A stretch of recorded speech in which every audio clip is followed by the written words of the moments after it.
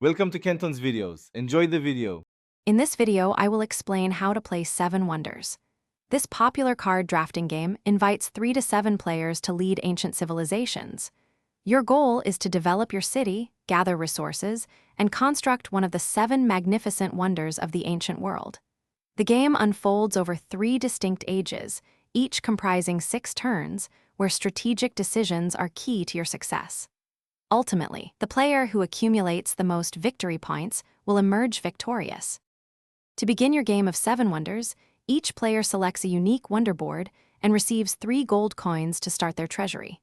Next, shuffle the Age 1 cards thoroughly and deal 7 cards face down to every participant.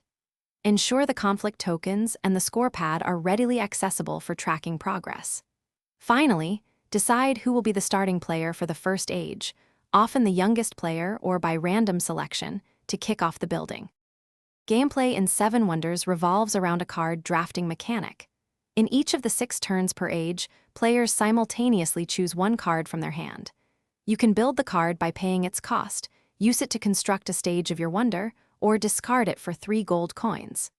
After playing a card, you pass your remaining hand to an adjacent player, either left or right depending on the age.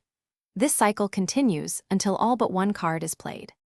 At the conclusion of the 3rd age, it's time to tally up the victory points. Points are earned from various sources, including military conflicts, remaining gold in your treasury, and completed wonder stages.